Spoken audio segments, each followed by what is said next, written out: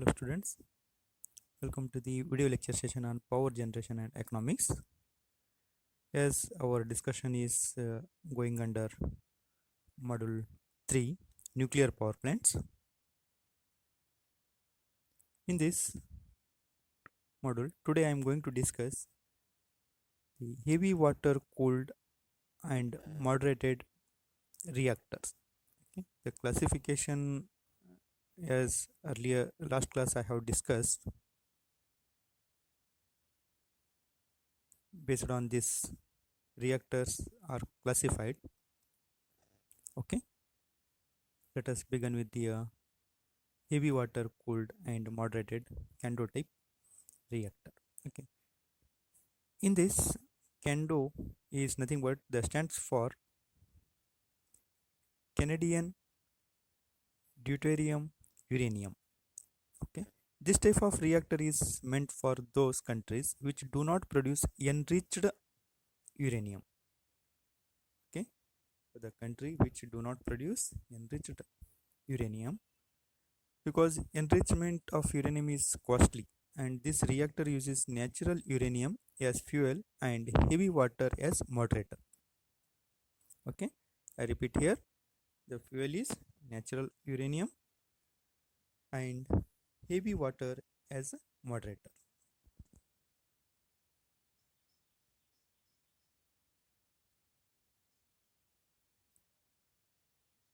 This is the figure arrangement of Kando type reactor.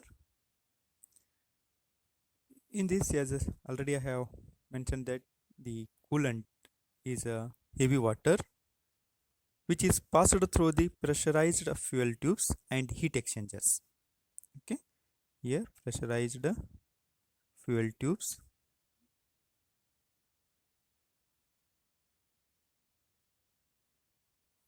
Okay, I repeat, the coolant is heavy water and is passed through the pressurized fuel tubes and heat exchanger. Okay, heavy water is circulated in the primary circuit. Okay, heavy water is circulated here. Show you. Okay, the circulating pump is here. Then just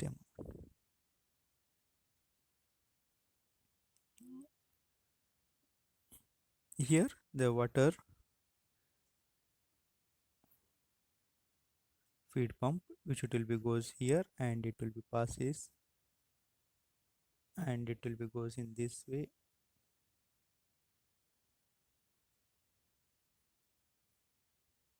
Okay, so this is the heavy water is circulated in the primary circuit in the same way as with earlier I have discussed in the pressurized water reactor.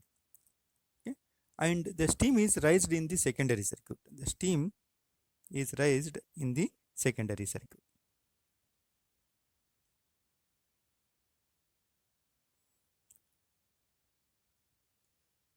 Transferring the heat in the heat exchanger. Okay, and one more thing is here, very important point, note it, control rods are not required. Okay, it is not used here. Okay, in this reactor control being achieved by varying the moderator level in the reactor. So moderator level, by varying this one, we are controlling. Here in this Kando type reactor, what it is, control rods are not used. Okay, how it control will be achieved means control being achieved by varying the moderator level in the reactor.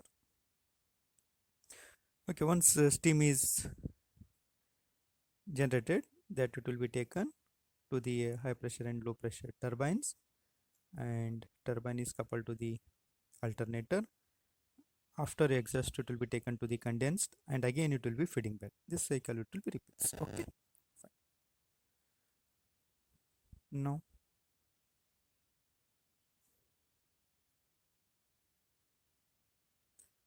let us have a few points here. Advantage of this reactor is the fuel need not be enriched. Because advantage means it is enriched is costlier. Okay, natural uranium is here is used. Okay. low pressure. Okay, this is just you have to go through these advantages. And one more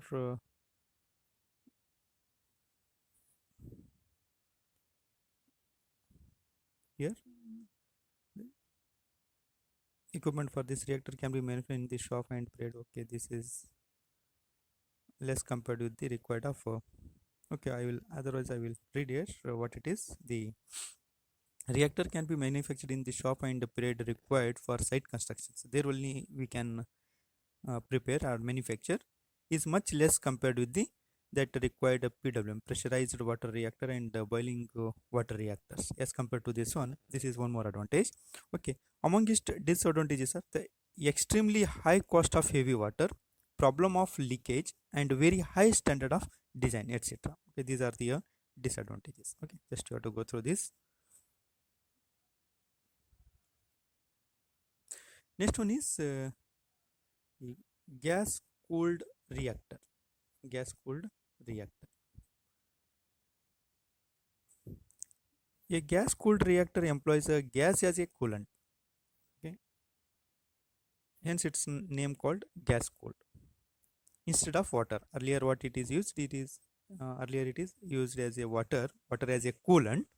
Okay, a heat exchanger is necessary even though gas is inferior to water. So far as heat transfer properties are connected, it offers a number of advantages which do not exist with water. Okay, however, because of its poor heat transfer qualities, a large quantity of gas is required for circulation.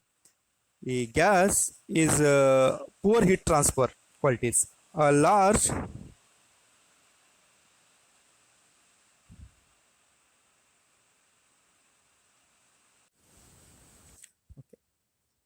next one is gas cooled reactors. A gas cooled reactors employs a gas as a coolant instead of water. As name suggests here, the gas cooled. Okay, instead of the water, here it is used gas. Hence, it is called gas cooled reactor. A heat exchanger is necessary, even though gas is inferior to water. So far as heat transfer properties are conducted, okay, it offers number of advantages which do not exist with water. Okay, so it has a number of advantages as compared to the water. However, because of its poor heat transfer qualities, gas has the poor heat transfer qualities. A large quantity of gas is required for circulation. This results in increased consumption of auxiliary power. Okay, so in this way,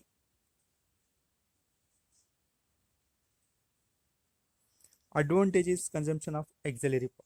Okay. In this way, advantages of higher thermal efficiency is to a large extent lost and overall plant efficiency is low. Okay, due to these reasons, what will be happens? The plant efficiency will be low. Other advantages here, less serves corrosion problems and capability for utilization of natural uranium as fuel. Here also no need of enriched uranium. Two principal classes of gas cooled reactors are gas cooled graphite moderator, okay, graphite moderated reactor, high temperature gas cooled reactor. The first uses carbon dioxide as coolant, while in the second uses helium as coolant. Okay, these are the gases which they are used here. One is carbon dioxide as a coolant for first one, and second one HTGC, helium as coolant. Next one is liquid metal cooled reactor. Okay, this type of reactor has been developed to overcome the deficiency of gas cooled reactor while retaining its advantages. This type of reactor can utilize high coolant temperature without applying high pressure, and at the same time can be have a high rate of heat transfer between the coolant and water in the heat exchanger. Okay, what it is? This type of reactor can be utilized high coolant temperature, because liquid metal here you are using, it has the property as applying the high pressure, without applying the high pressure and the high rate of it means without applying the high pressures we will obtain the high rate of heat transfer. Okay, I repeat my sentence here: without applying the high pressure, okay, by using the liquid metal as any coolant, without applying the high pressure we can achieve the high heat transfer between the coolant and water in the heat exchanger. Okay, heat transfer where it will be occur? It will be occur in the heat exchanger. Heat exchanger is heat, it will be exchanged to the water. Okay, metal in a liquid state have a good thermal conductivity. See, this is also a very important point. So what it is, metal in a liquid state have good thermal conductivity, hence it will be taking the heat from the reactors, or it carries the heat from the reactor, because it has thermal conductivity, high or good thermal conductivity. Okay, and high temperature can be attained if it will be conducting, thermal conductivity will be very high, so the high temperature can be attained at a moderate pressures. Okay, with a moderate pressure we can achieve the high temperature. How we are achieving the high temperature? Because it has high good thermal conductivity.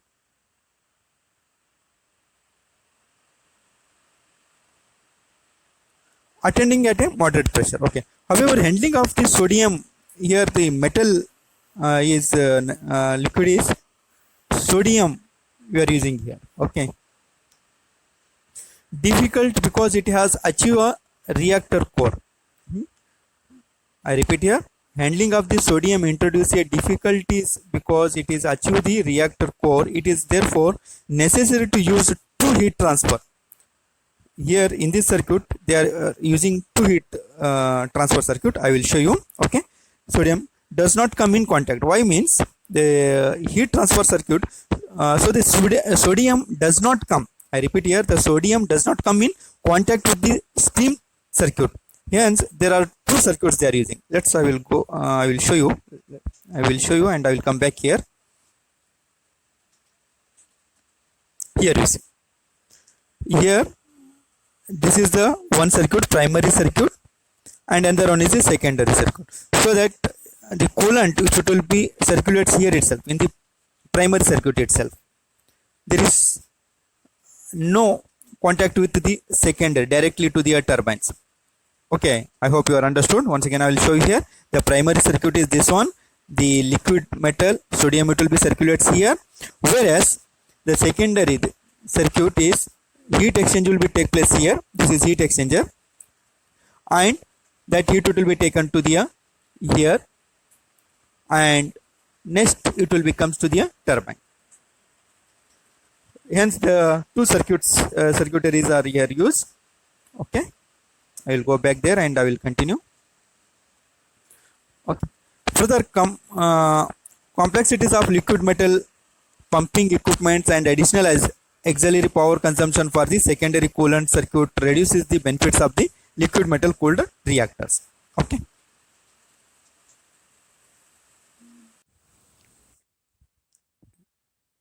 another limitation is the use of enriched fuel for the reactor, though breeding enables lower fuel costs.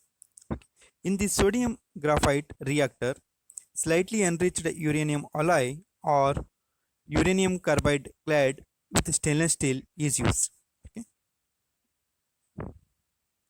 The advantages of this type of reactor are enriched fuel is required. There is risk of first arising from leaks between sodium and water circuits. Okay, this is the disadvantage. Low neutron economy and higher initial cost of heat exchangers. Okay,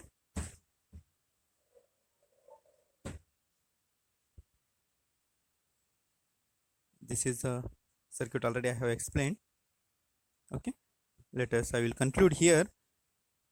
Once again, the coolant will be circulates through this primary circuit.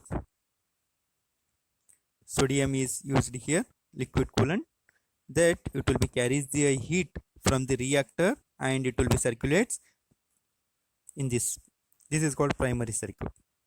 Here there will be a heat exchanger, secondary circuit it will becomes here. Okay, and it will be circulates heat, it will be whatever it will be taken from the reactor, heat it will be exchanges in this, then secondary circuit heat exchanger, here it will be water, it will be get heated up so that the steam you will get, that steam circuit is mentioned here. Okay, that steam circuit is steam, it will be given to the turbine. Okay, turbine develops mechanical power and which it will alternator is coupled. Okay, it will be generates AC power, and after exhaust this steam it will be condensed and again pumping back. Okay, so one very important point what it is there here, there are two circuits are used, one is primary circuit and another one is the secondary circuit. Why it is used, why it is used here two circuits? Earlier reactors we are seen it will be directly used, earlier means water or pressurized water, there we are seen only one heat exchanger, there it will be taken, but here it will be used two, means one primary circuit and another one is the secondary circuit. Why means I have explained here, once again I will recap on the sentences.